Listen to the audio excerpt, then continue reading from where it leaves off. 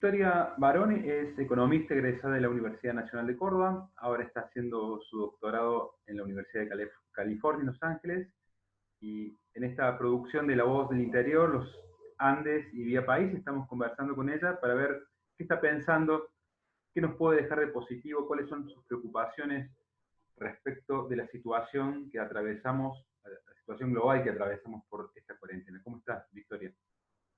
Hola Juan Manuel, todo muy bien. ¿Vos cómo estás? Muy bien, muy bien. Bueno, Victoria, un poco ese es el planteo de esta conversación. ¿Cuáles son los puntos o las primeras reflexiones que te están dejando, las primeras preocupaciones que tenés respecto de esta situación global y de la cuarentena en particular?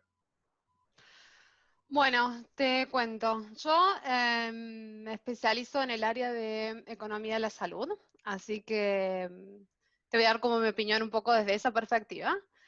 Yo creo que esta pandemia, lo primero que creo es que esta pandemia ha sido como un gran llamado a cuestionarnos y entender bien cuál puede ser el rol del Estado en la provisión de seguros de salud. A lo que voy con esto, creo que esta pandemia ha dejado claro cuánto necesitamos que los ciudadanos tengan en cuenta cuáles son los efectos de su accionar en la salud de otros ciudadanos. Creo que ahora entendemos como si estás enfermo te tenés que quedar en tu casa y lo hemos aprendido tal vez de una manera costosa. Creo que esto igual abre oportunidades, ¿no? Abre a pensar, por ejemplo, en cómo vamos a tratar de aquí adelante una persona que necesite una licencia, qué incentivos le vamos a dar para que efectivamente se recupere de su situación, pero la apoyemos al mismo tiempo. O sea, el mensaje del punto de vista de la salud ha sido como en abrir los ojos en la importancia de asegurarle a las personas este servicio, pero desde el punto de vista económico sabemos de que, y esto es muy cierto, creo que es muy latente en Argentina sobre todo, que necesitamos también salir a la calle a trabajar. Entonces, ¿cómo logramos ese equilibrio? Creo que es algo que no hemos aprendido todavía, en mi opinión, pero que creo que es importante aprender pronto antes que tarde. ¿Cómo logramos ese equilibrio de preservar la salud, pero también preservar la fuente de ingresos y el poder ir a trabajar? ¿Y cómo pensás que hay que abordar ese tema? Algunos cuestionan el hecho de que el presidente Fernández solamente se esté asesorando con infectólogos y no con otros científicos, sobre todo con científicos sociales, que puedan de alguna manera ponderar esto que vos decís y poner distintos matices o distintas visiones sobre el mismo problema. Mira, yo creo que acá hay que estar como, no hay que inventar la rueda. Tenemos que escuchar a los infectólogos, seguro, y creo que tampoco, o sea, estamos aprendiendo de este virus a medida que se van conociendo más datos, que vamos viendo más estadísticas, pero lo que se sabe hasta ahora, yo creo que desde el punto de vista más de economista, te podría decir de que yo creo que es momento de empezar como a soltar algunas restricciones que yo veo hoy muy estrictas. Desde el punto de vista de la salud psicológica y del bienestar de las personas, creo que poder salir a caminar siendo responsable, poder salir a correr siendo responsable, eh, pero también volver a trabajar. O sea, hay profesiones que se pueden hacer con distancia, ¿no? O sea, creo que acá es como que hay que dar un poco un voto de confianza a algunas empresas de que sean creativas en la forma en la que dejen de que sus empleados vuelvan, pero se puede hacer. Yo no dudo que muchos empresarios no vayan a reconocer que hay riesgos, pero bueno, tal vez tenemos que ser más flexibles, tenemos que entender que tal vez cuando nos presentemos a trabajar nos van a medir la temperatura y que cuando lleguemos a la oficina no vamos a poder compartir un mate, vamos a tener que tener el escritorio lejos. Y va a ser así por un tiempo probablemente, pero creo que en algún momento tenemos que dar ese salto, ¿no? Que va a tener sus costos asociados, pero que creo que si no van a ser, o sea, va a tener sus costos en salud, tal vez asociados, tal vez veamos que hay un aumento en la tasa de infecciones, pero para mí el beneficio que va a tener desde el punto de vista económico de que haya al menos una parte de la población que pueda volver a trabajar, poco lo compensaría, en mi opinión. Por lo menos aquellos sectores o aquellos grupos, mejor dicho, que no son personas de riesgo y que hoy están totalmente paralizados. En economías como la Argentina, que tienen altos niveles de informalidad, ¿no? Que también eso un poco agrava la situación. Sí, estoy de acuerdo con vos. Sí. Victoria, ¿y qué puede aprender el sistema de salud de esta crisis? ¿Qué pueden aprender tanto el sistema de salud público como privado respecto de estas crisis?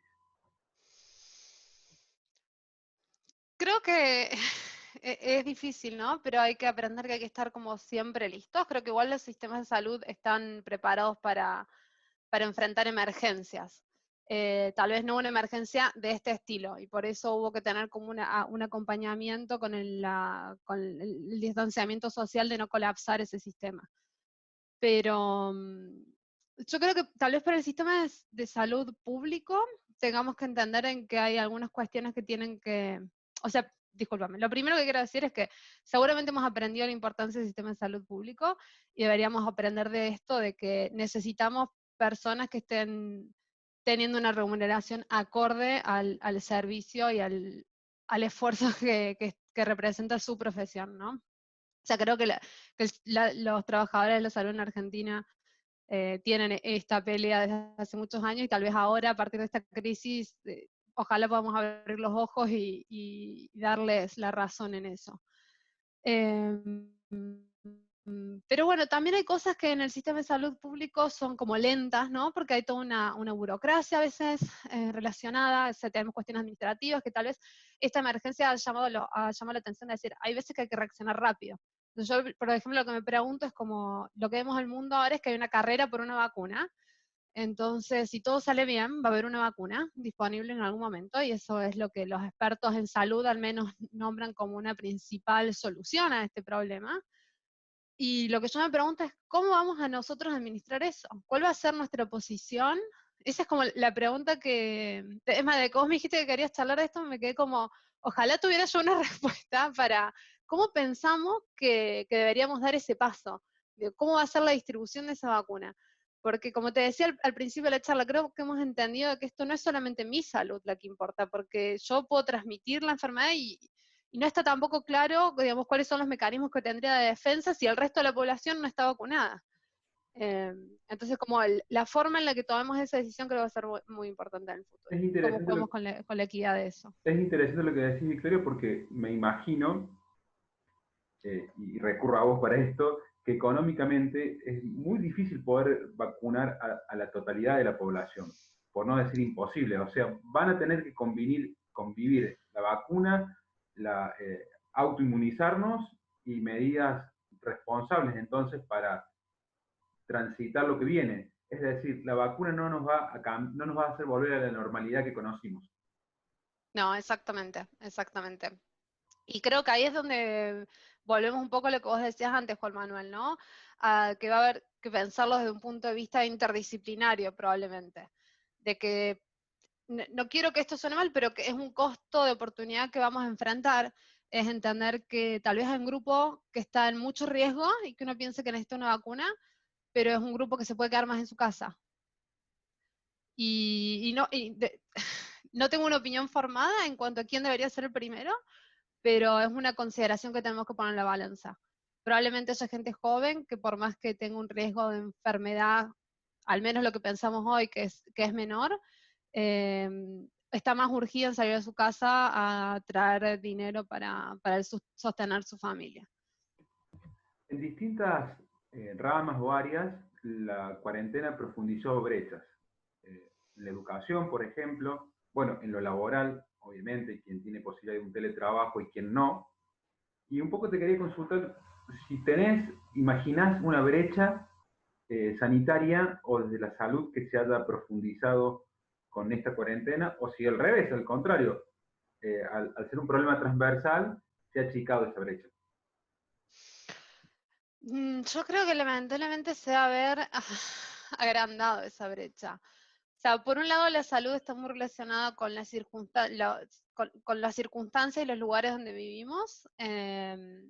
Entonces, podemos pensar casos extremos donde hay personas cuyas condiciones de vida no aseguran hoy un nivel de sanitización necesario para no generar la propagación del virus. Y ojo que esto también está presente con el caso del dengue, ¿no?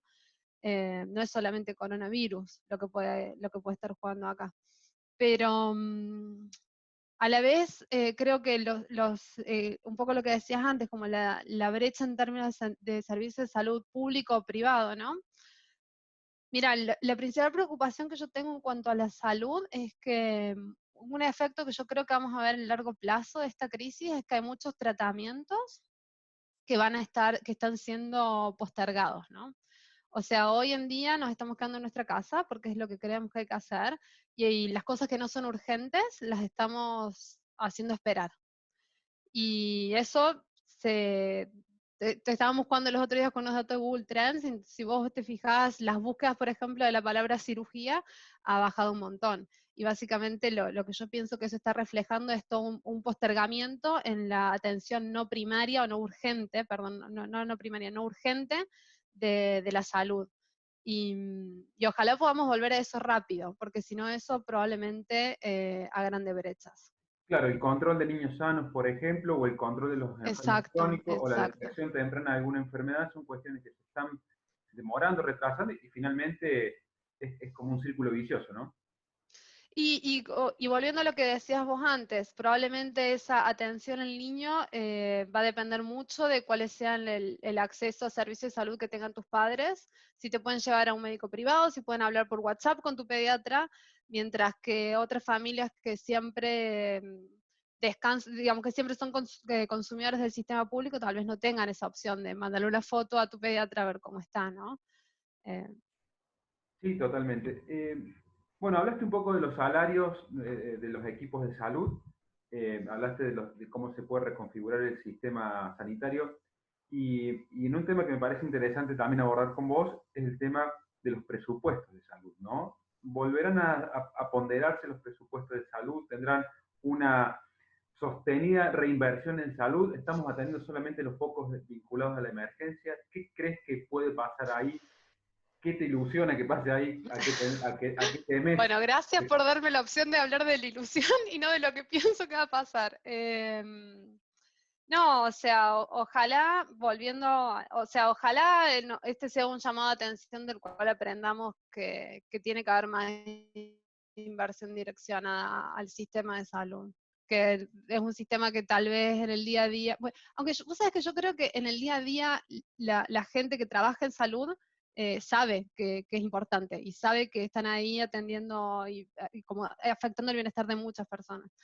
Pero esta pandemia evidentemente ha puesto los ojos de la ciudadanía más directamente sobre ellos, ¿no? Está bien. ¿Y qué crees que va a pasar? ¿Y qué creo que va a pasar? No sé, yo tengo el temor de que esta sea una de esas cosas que nos olvidamos rápidamente. Y ojalá que no, pero no sé cuánto estamos aprendiendo, te soy sincera. Tal vez es difícil de medirlo porque todavía no hemos salido de la fase de urgencia un poco, ¿no? Entonces todavía no sabemos qué es lo que se viene. Pero, pero bueno, como te digo, o sea, espero que los equipos que tengan que tomar estas decisiones de, por ejemplo, cómo implementar la vacuna ya estén pensando en eso, y eso sería un paso un poco más positivo. Un poco lo que yo espero es que ya estemos diagramando el próximo paso, que yo creo que sería como la prevención. Los sanitaristas hablan de que la salud es justamente un conjunto de condiciones, ¿no? La condición de la vivienda, la condición del trabajo, las condiciones generales de la vida, del esparcimiento, de la recreación. Eh, ¿Crees que se va a enfocar lo que viene solamente en las urgencias derivadas de coronavirus u otras cuestiones similares, o que se va a empezar a tener una visión más integral de la salud? Ojalá podamos tener una visión más integral, que es un poco lo que te comentaba antes también, ¿no? De las condiciones en las cuales viven algunas familias, en las cuales crecen en la cual crecen niños en Argentina. O sea, ojalá podamos aprender que también hay que mejorar en eso, ¿no? Y no es solamente en si vos vas al hospital y te atienden rápido. Hablamos al principio de las condiciones que un poco la cuarentena han deteriorado respecto de lo cotidiano, ¿no? Salir a correr, el aislamiento, a veces condiciones difíciles por las cuestiones propias del ambiente, pero también por las cuestiones propias de la convivencia. Lo que te quería preguntar, porque a veces la salud mental no se sigue muy de cerca, si hay forma de medir el impacto en salud mental que puede tener esto desde una visión económica, ¿no? Ujú. Hay toda Ah, una industria vinculada, farmacológica, vinculada a la salud mental, hay todos unos tratamientos vinculados a la salud mental, pero que a veces están un poco ocultos, invisibilizados o tapados por estas cuestiones como por ejemplo son las gripes, las neumonías, en este caso coronavirus. ¿Tenés alguna visión sobre eso? ¿Has podido avanzar respecto de eso? bueno, como vos mencionaste al principio, medir la salud mental es algo muy difícil. De hecho, yo creo que esta crisis igual nos pone como en el desafío tal vez a los economistas, por lo menos a mí que soy como más del área de investigación, en cómo dar respuestas a algo más inmediato, ¿no? O sea, yo generalmente trabajo con datos que han pasado hace un tiempo, que ya los procesamos, entonces creo que también esto como que nos llama un poco la atención de que necesitamos tener algunas medidas más inmediatas de qué es lo que está afectando a la población. Entonces, en el ámbito de salud mental, como vos mencionabas antes, o sea, la consulta, o sea, digamos, hay cosas que podríamos ver que serían como consultas con los psicólogos, si hay más demanda de determinados medicamentos.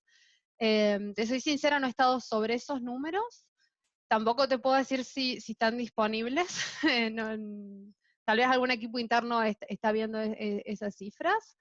De nuevo, ahí tenemos el tema de la brecha, ¿no? O sea, de quién es la persona que puede tener una consulta con un psicólogo mientras está sufriendo esta cuarentena, que a muchos ha puesto en una situación de mucha ansiedad. O sea, perder el empleo y estar encerrado todo el día en tu casa, con tu familia, que es algo, lo cual una persona que trabaja fuera de su casa no está acostumbrada a hacer.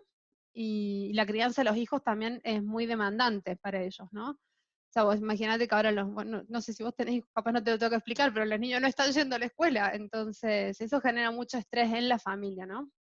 Y la verdad, te soy sincero, ojalá lo pudiéramos medir. Lo que se suele hacer con nosotros como economistas es mirar algunos de estos indicadores, o sea, consultas, como indicadores de demanda, ¿no? Que de alguna manera nos estarían dando una información de qué es lo que está viviendo la población. Para terminar, Victoria, te decía, si tuvieses que, sé que esto es injusto, pero si tuvieses que tomar 3 puntos claves que vos considerás que están ocurriendo ahora durante la cuarentena y enviarlos como advertencia a los gobiernos en general, ¿qué puntos claves tomarías? El primero que se me viene a la mente, que tal vez, que creo que está dentro de los más importantes, es que necesitamos un acceso a internet bueno, que sea ahora, como, o sea, a lo que voy es, lo que me preocupa a mí, sé que no lo tocamos tanto, pero algo que creo que ha quedado claro en estos meses, es que la educación, al menos por un tiempo, va a ocurrir de manera remota, de que va a ser un gran desafío para los educadores llegar a sus alumnos y para los alumnos estar ahí para recibir esta información. Creo que eso es algo que tenemos que tratar de arreglar lo antes posible, de que cada estudiante tenga acceso a internet y a algún modo de contactarse con sus profesores. Creo que eso es prioritario. Me pediste tres, ¿no? Em, Pueden ser más o otra menos. cosa que estuve Está bien. Otra cosa que estuve pensando mucho es cómo de alguna manera tenemos que incorporar la tecnología un poco más en nuestro día a día. Algo que me quedé pensando que no lo tocamos, pero por ejemplo, cuánta gente de repente se encontró que no tenía su home banking listo, ¿no? Esto ha sido como un llamado un poco a la ciudadanía a decir, bueno, hay ya existente una tecnología, a la cual de nuevo el acceso puede ser desigual, pero tal vez eso es, ¿no? O sea, de que empecemos a usar estas tecnologías que ya están disponibles de una manera más igualitaria, y eso también es válido para lo que decíamos antes de educación, ¿no? Pero para ir a cobrar tu jubilación, para acceder a tu pensión, o algún subsidio, digamos, están las herramientas para hacerlo con distanciamiento social. Y bueno, y la última, voy a volver a lo que nombramos antes, de qué importantes son los trabajadores, cuán importantes son los trabajadores de la salud y los educadores también, y cuánto esto se ha visto reflejado en esta crisis, ¿no? Victoria, fue un gusto conversar con vos, muy interesante y muy alentador algunas de tus ideas. Bueno, me El alegro que mismo. terminamos una nota positiva. Mira. Victoria, te agradezco muchísimo. Bueno, gracias a vos, que estés muy bien. Igualmente, chao. Chau, chau.